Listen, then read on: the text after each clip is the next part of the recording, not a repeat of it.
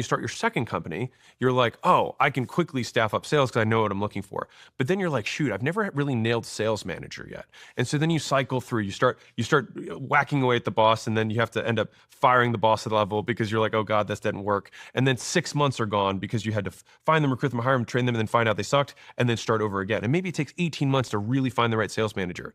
And then you're like, okay, I know what that looks like, but I still don't have a director of marketing. What does that look like? And so it's basically developing this pattern recognition across all functions of the business so that you know what exceptional looks like.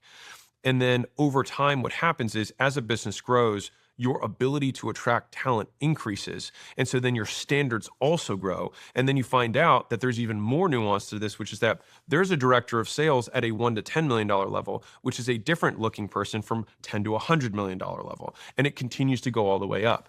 And so it's basically building this repertoire of identifying patterns. And what if you talk to, I would say, more experienced entrepreneurs now, they don't talk about building businesses. It's like assembling them. You just assemble the pieces and you just know that this is how it's all going to flow together.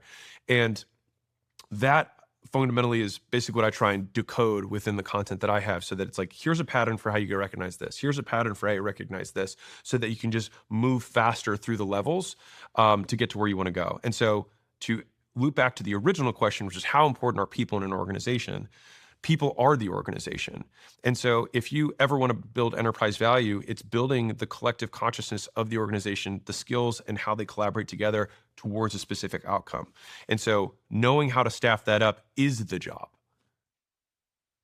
I think the reason why first-time founders feel like they have to learn this lesson themselves is because everything you've just said is an unknown unknown. Like, they don't even know that they don't know it. So they they hire the sales guy because they were their friend from high school, and then they go through the pain. And Yeah. I say this because I'm so unbelievably passionate about it. I went through the same BS. I hired my friend who worked at Prada to be our account. I hired a guy I met at a rap battle to be my marketing director who was literally playing video games for a living at 30 years old.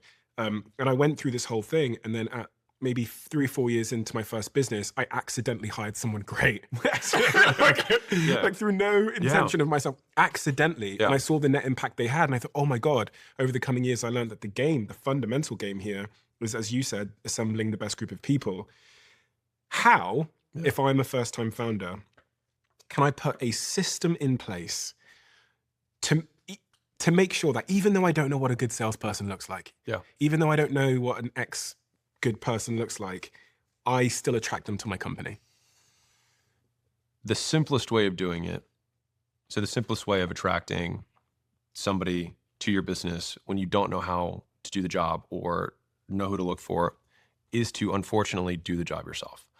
And then once you can break down the job, we follow 3 Ds, which is document, demonstrate, duplicate. That's how we train anybody. So